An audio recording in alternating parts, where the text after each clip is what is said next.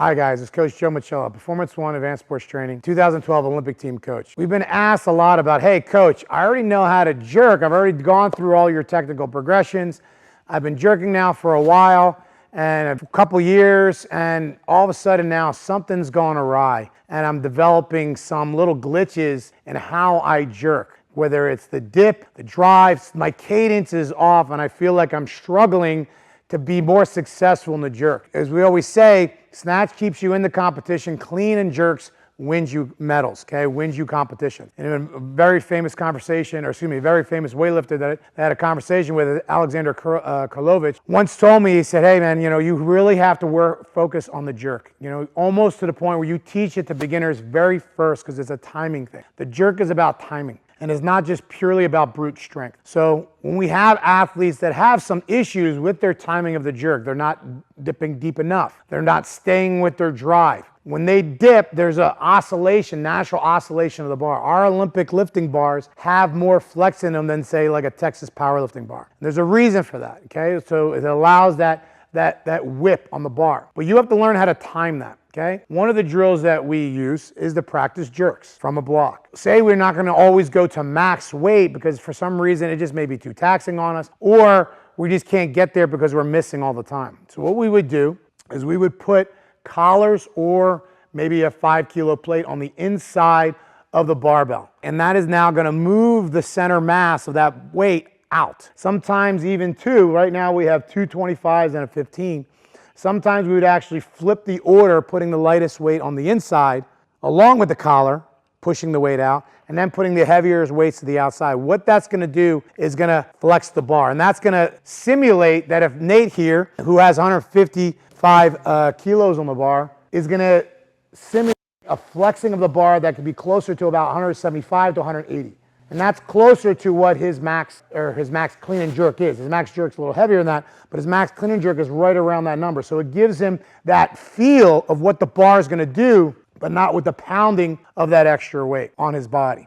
So Nate's going to pick up this bar right now, and he's going to wait and stabilize, okay? He's seeing that bar. So when he dips, it's going to be a greater dip and drives, okay?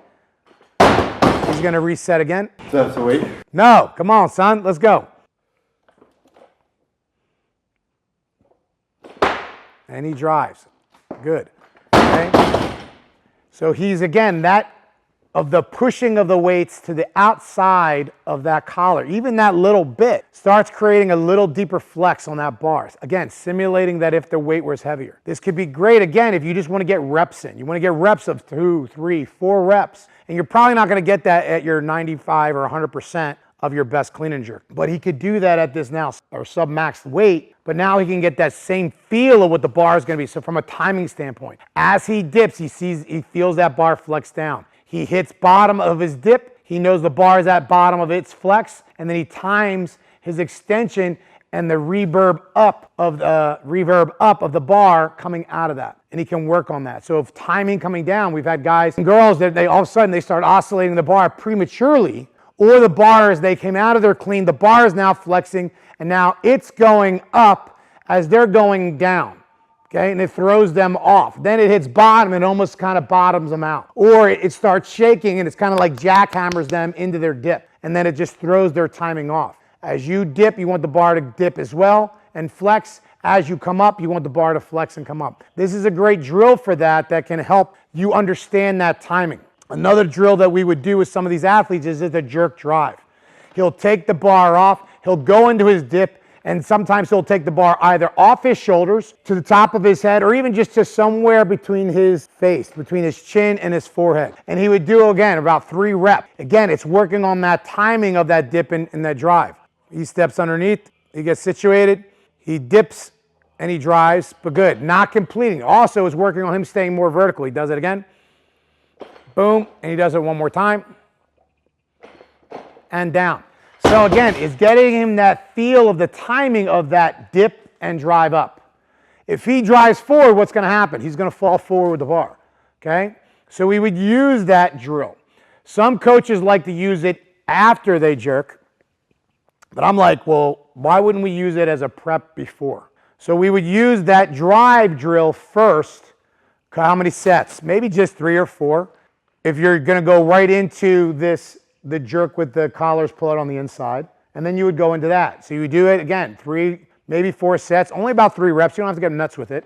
And then you would go right into to see if you carried over. A big thing with me or any drill, when you do, if you do one drill like this, a jerk drive, and then you just go on to snatches, and then like 3 days later you actually jerk, did it actually register and transfer over into the movement?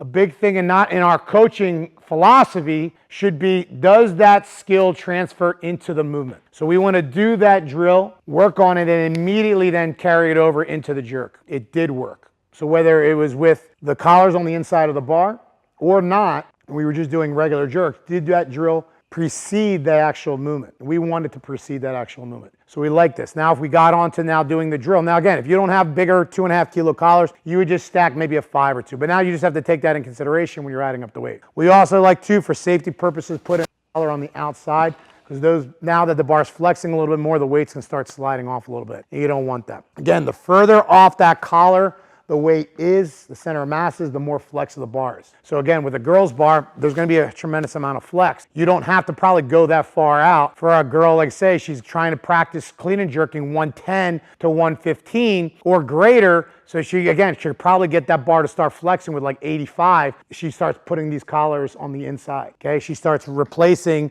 the heavier weight on the inside with the smaller weight. Maybe she puts the 10 on the inside and puts the 25 on the outside. She's now get that bar to start flexing a little bit more on it and mimicking what it's gonna feel like, okay, without the pounding on her body or his body, again, with these weights. So that's why we do this particular drill. Are we gonna do this the week of the competition? Probably not, okay? But we're gonna probably do this further out of competition, anywhere between 2 to 3 months out from a competition. How often? Again, the days that you're doing your jerk, okay? You practice it a little bit. You know, again, up to 3 to 4 sets of this particular exercise just to help you work on that timing. I'm not a fan of doing it afterwards, okay? I'd rather you do it first and then use it again. You could use this first and then go into your clean and jerks for that particular day. It doesn't have to be something, but I would not advise on doing it afterwards. I want it directly to transfer in.